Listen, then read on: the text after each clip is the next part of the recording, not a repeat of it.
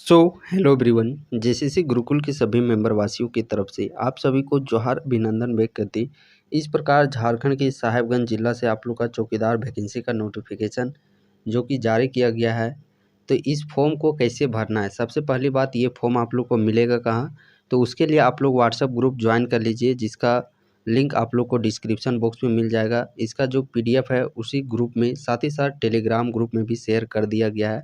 आप इन ग्रुप से जुड़ करके इनके पीडीएफ को आप लोड कर लीजिए और इसी पीडीएफ को प्रिंट आउट करवाना है फॉर्म वाला, और उसी को भर करके आप लोगों को ऑफलाइन तरीके से भर करके पोस्ट के माध्यम से आप लोग को अपना जिला का जो डीसी कार्यालय है इस पता पर, किस पता पर, ये पता प्रॉपर पता दिया गया है, इस पता पर आप लोग का भेजना है। और ये चीज़ आप लोग का लिफाफा में लिखना है जिस पता पर भेजना है, और जहाँ से भेज रहे हैं तो आप लोग को अपना एड्रेस भी लिफाफा में लिखना है। कैसे क्या लिखना है उसका सारा जानकारी दिया जाएगा। फिलहाल डेट देख सकते हैं 29 जुलाई से लेकर के 13 अगस्त तक ये फॉर्म आप लोग का फिलअप किया जा रहा है। सबसे पहले यहाँ पे आप लोग का अपना पासपोर्ट साइज़ फ़ोटो साटना है, और देखिए जहाँ पर भी स्व अभिप्रमाणित लिखा रहेगा मतलब है कि अपना साइन करना है, सेल्फ सिग्नेचर अटेस्टेड। तो यहाँ पे आप लोग को अपना साइन इस प्रकार से कर देना है। आधा साइन फ़ोटो के नीचे, आधा फ़ोटो के ऊपर साइन कीजिएगा। उसके बाद सेक्शन क्या है भरने वाला, यहाँ पे देखिए अपना गृह जिला का नाम लिखना है, अंचल का नाम लिखना है, आवेदित बीट क्षेत्र का नाम लिखना है, बीट संख्या, और यहाँ पे ग्राम का नाम लिखना है। बीट संख्या कहाँ पे मिलेगा? तो बीट संख्या देखिए यही नोटिफिकेशन है, नोटिफिकेशन के नीचे जाइएगा। देखिए यहाँ पे आप लोग का ये अंचल का नाम है, थाना का नाम है, बीट संख्या, ये सारे बीट संख्या है, बीट संख्या का नाम, और बीट संख्या के अंतर्गत जो भी गांव है ये गांव का नाम आप लोग का दिया गया है। और बीट संख्या भरते वक्त थोड़े कुछ अभ्यर्थियों का थोड़ा सा ये प्रॉब्लम आ जाता है कि उनका गांव का नाम नहीं रहता है। अब गाँव का नाम नहीं है तो बीट संख्या कहाँ से भरेगा वो? तो उसमें फिर आप लोग को क्या करना है पता है? आप लोग देखिए बीट संख्या का नाम पंचायत का नाम होगा तो ठीक है, पंचायत का नाम होगा तो ठीक है। पंचायत का नाम भी नहीं होगा तो दूसरा पंचायत जो आप लोग के सबसे नज़दीक में पंचायत है उसका कोई गांव का नाम लिख देना है। उसी गांव का नाम लिखिएगा जो सबसे आप लोग का नज़दीक में होगा। तो यहाँ पे ऊपर में उसी गांव का नाम लिख दीजिएगा, और उसी का बिट संख्या, उसी का यहाँ पे बिट संख्या का नाम भी लिख दीजिएगा। बाकी जो नीचे अस्थाई पता यहाँ पे है, देखिए ये सारे अस्थाई पता यहाँ पे आप लोग को अपना डॉक्यूमेंट्स जो आप लोग का सर्टिफिकेट है उसके अकॉर्डिंग आप लोग का लिखना है। अब देखिए अगला सेक्शन में क्या लिखना है, अपना नाम हिंदी में पहले लिखना है अपना नाम, फिर अंग्रेजी में कैपिटल लेटर में बड़ा बड़ा अक्षर में अपना नाम लिखिएगा। फिर पति पिता जिनका भी नाम दर्ज कर रहे हैं हिंदी में लिखिए, फिर यहाँ पे आप लोग को अंग्रेजी में लिखना है। फिर देखिए जन्म तिथि यहाँ पे शब्द में, यहाँ पे अंक में लिखना है। जैसे किसी अभ्यर्थी का मान लिया जाए 10 तारीख चौथा महीना 2000 में जन्म हुआ है, तो वो चीज़ यहाँ पे ऐसे ही लिखना है अंक में, और यहाँ पे शब्द में लिख देना है। कैसे शब्द में लिखना है? तो 10 अप्रैल 2000 इस प्रकार यहाँ पे शब्द में आप लोग को लिख देना है। उसके बाद देखिए इस तिथि को आप लोग को लिखना है, यहाँ कितना वर्ष हो रहा है, कितना महीना हो रहा है, कितना दिन हो रहा है। ये आप लोग का न्यूनतम उम्र सीमा, न्यूनतम 18 साल मांगा जा रहा है, तो 1 जनवरी 2024 तक कम से कम 18 साल हो जाना चाहिए। तो न्यूनतम वर्ष यहाँ पे आप लोग को इससे निकाल करके लिखना है न्यूनतम, कि मेरा न्यूनतम इतना वर्ष हो रहा है, और अधिकतम वर्ष इससे निकाल करके लिखना है। कैसे निकालना है? सबसे पहले बात, जो बड़ा डाटा है ना उसको ऊपर लिख देना है 1 जनवरी 1।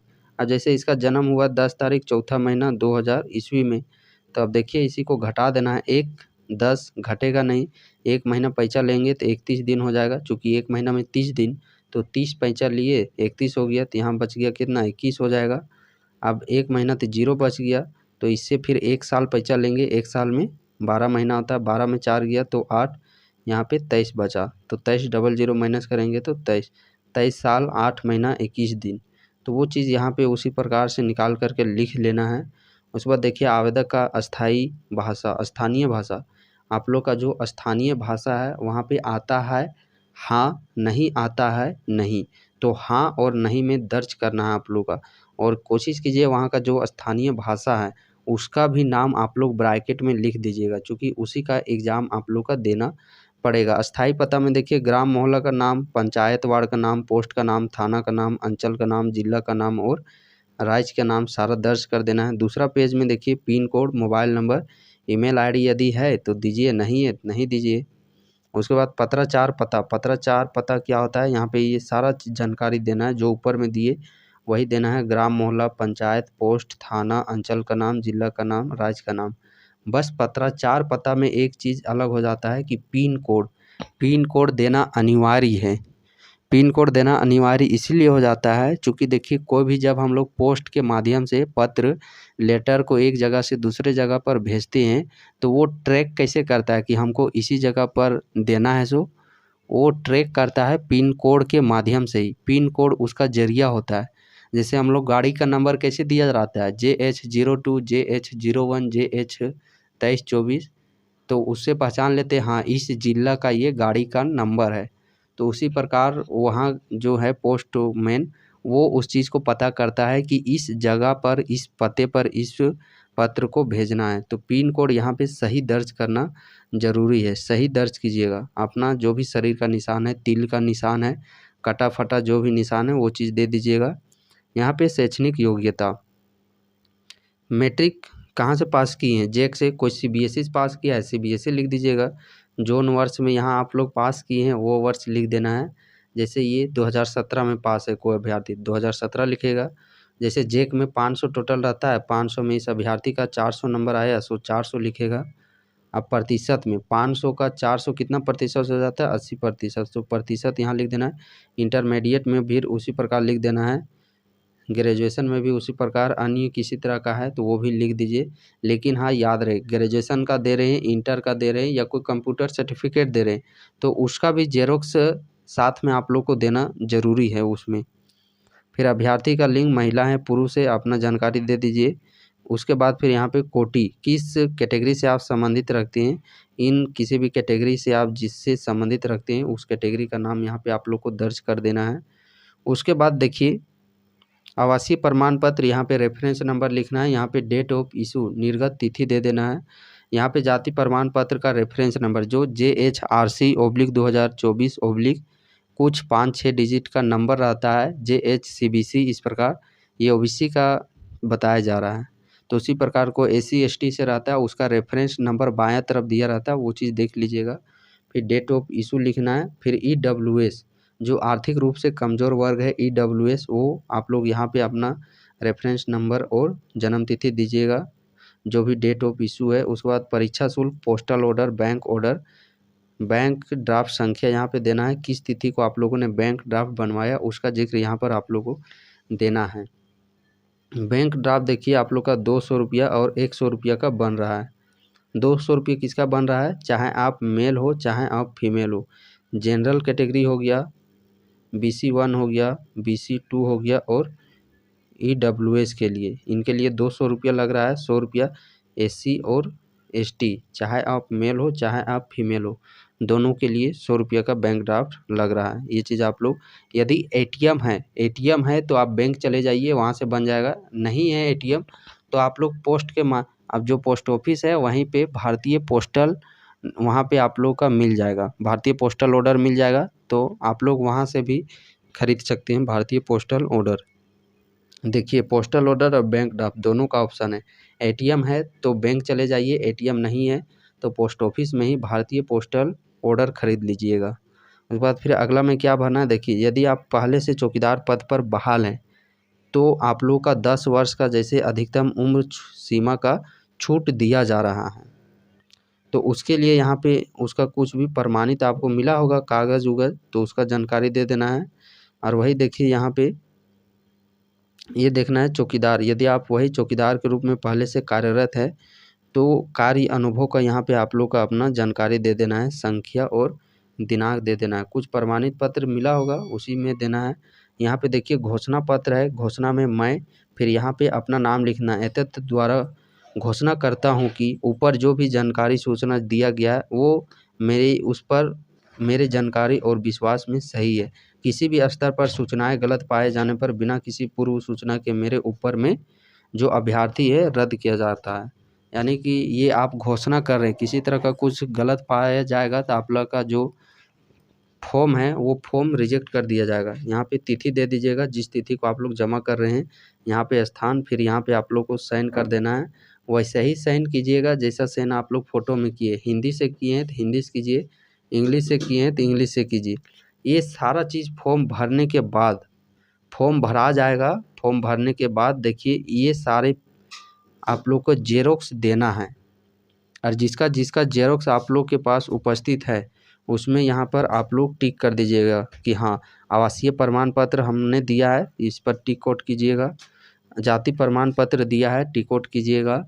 देखिए ये इनकम वाला ये नहीं भी अभी देंगे न, यदि है तो दे दीजिए, कितना पुराना है तो दे दीजिए, नहीं है नहीं दीजिए, कोई दिक्कत नहीं है।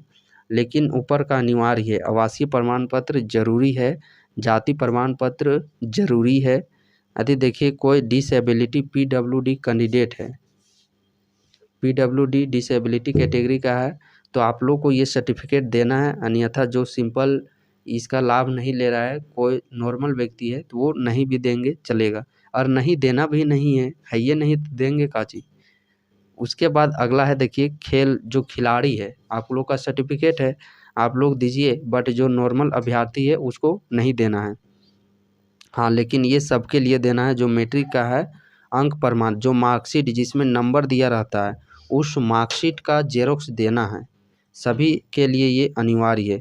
उसके बाद देखिए जो पहले से चौकीदार पद पर बहाल है, उम्र सीमा का छूट लेना चाहते हैं तो उसका प्रमाणित आप लोग को देना है, बट जो नॉर्मल फ्रेशर कैंडिडेट है वो नहीं देंगे।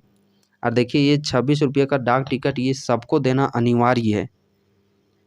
जो बड़ा लिफाफा में इन सभी का जेरोक्स और जो आवेदन पत्र जब फोल्ड करके मोड़ करके दीजिएगा तो अंदर में एक छोटका को लिफाफा भी देना है, और उस छोटा लिफाफा में आप लोग को देखिए 26 रुपये का डाक टिकट लगाना है। कितना रुपये? 26 रुपये का छोटा लिफाफा इसीलिए देना है, जब आप लोग का एडमिट कार्ड आएगा वो छोटा लिफाफा में ही डाल करके एडमिट कार्ड आप लोग का घर तक पोस्ट के माध्यम से पहुंचाया जाएगा।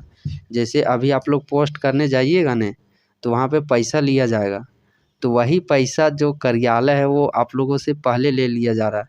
जैसे कार्यालय वाला आप लोग का घर में भेजेगा तो अपना पैसा से तो नहीं भेजेगा, आप ही लोगों को पैसा भेजेगा।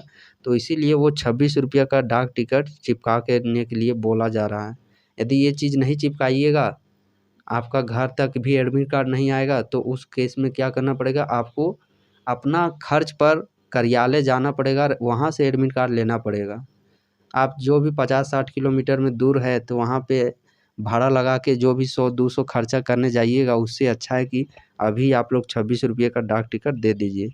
इसके अलावा पासपोर्ट साइज 4 गो फ़ोटो, और चारों फ़ोटो में पीछे तरफ अपना सिग्नेचर कर देना है।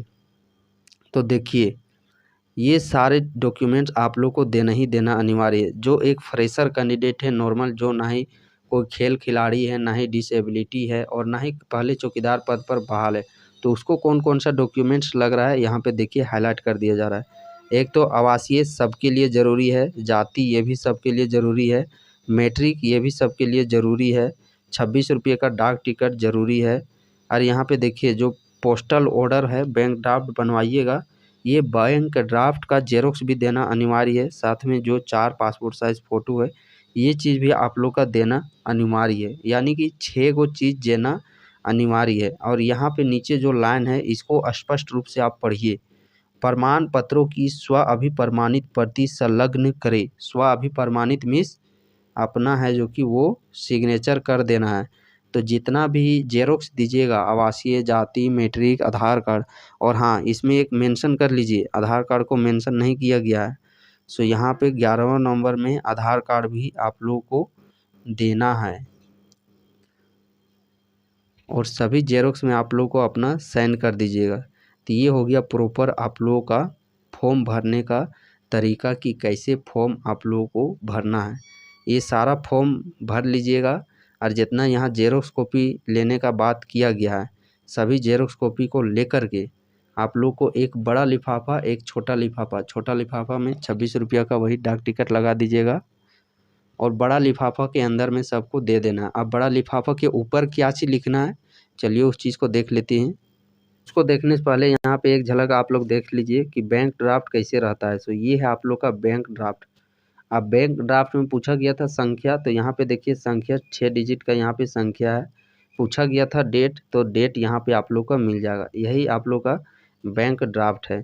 और यहाँ पे देखिए वही डॉक्यूमेंट्स का यहाँ पे जिक्र किया गया है जो ऑलरेडी आप लोग का फॉर्म में भी मेंशन है। अब ये हो गया आप लोग का, देखिए जो बड़ा लिफाफा है, बड़ा लिफाफा का फॉर्मेट ये मान लीजिए। तो बाएं तरफ आप लोग का ये सारा जानकारी देना है। विज्ञापन संख्या, आवेदित पद, बीट संख्या, अंचल का नाम, थाना का नाम, पोस्ट का नाम, पिन कोड का नाम, और नीचे आप लोग मोबाइल नंबर भी दर्ज दे दीजिएगा। मोबाइल नंबर इसीलिए देना ज़रूरी है, जब आप फॉर्म दीजिएगा, आपका फॉर्म कार्यालय में जमा हो जाएगा, तब आपके मोबाइल में मैसेज आ जाएगा कि आपका फॉर्म रिसीव कर लिया गया है। तो इसलिए मोबाइल नंबर देना ज़रूरी है। विज्ञापन संख्या क्या, 01/2024 ऑलरेडी नोटिफिकेशन में भी लिखा हुआ है। आवेदित पद किस पद के लिए आवेदन कर रहे हैं, चौकीदार पद के लिए। अब बाकी बीट संख्या, अंचल, थाना, post, pin code, mobile number वो लिख दीजिएगा। और यहाँ पे क्या लिखना है, तो यहाँ पे जिस पता पर भेजना है ना, वो पता लिखना है। और ये पता मिलेगा कहाँ, तो ये भी आप लोग का फॉर्म ही में है। देखिए जैसे ये मान लीजिए आप लोग का जो है लिफाफा वो फॉर्मेट हो गया। यहाँ पे जो रिक्त बिट संख्या, आवेदित पद का नाम और क्या है वो चीज़ यहाँ पे आप लोग को लिख देना है। जो अभी दिखाया गया वो चीज़ लिख दीजिएगा इधर बाएं तरफ। और जो छोटका लिफाफा है ना, उसमें भी आप लोग अपना नाम दर्ज कर दीजिएगा। और यहाँ पे जो दाहिना तरफ ऊपर में ये चीज़ लिख देना है जो यहाँ पे दिया गया। जिला दंडाधिकारी सह उपयुक्त सामान्य शाखा, प्रथम तल्ला, जिला सामान्य शाखा, साहेबगंज। इसी पता पर फॉर्म आप लोगों का जमा होगा। तो ये हो गया आप लोग का संपूर्ण जानकारी कि फॉर्म कैसे क्या भरना है। सो और हाँ, याद रहे 30 अगस्त तक सारा प्रोसेस हो जाएगा, जो कि देखिए 13 अगस्त तक है। आने वाला जो पिछला है उधर 17 अगस्त बच गया, 17 दिन। तो 17 दिन में ही सारा चीज़ आप लोग का करा लिया जाएगा। बाकी इसका जो भी एडमिट कार्ड है, एग्ज़ाम कब होगा, और भी कुछ यदि कुछ नोटिस आता है ऑफिशियल नोटिस, तो वो सबसे पहले आप लोग को व्हाट्सएप ग्रुप में दिया जाता है। व्हाट्सएप ग्रुप का लिंक आप लोग को डिस्क्रिप्शन बॉक्स में मिल जाएगा।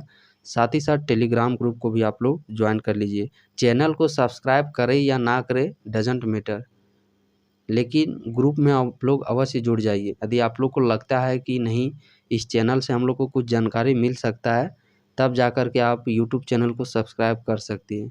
अन्यथा कोई किसी तरह का कोई पाबंदी नहीं है।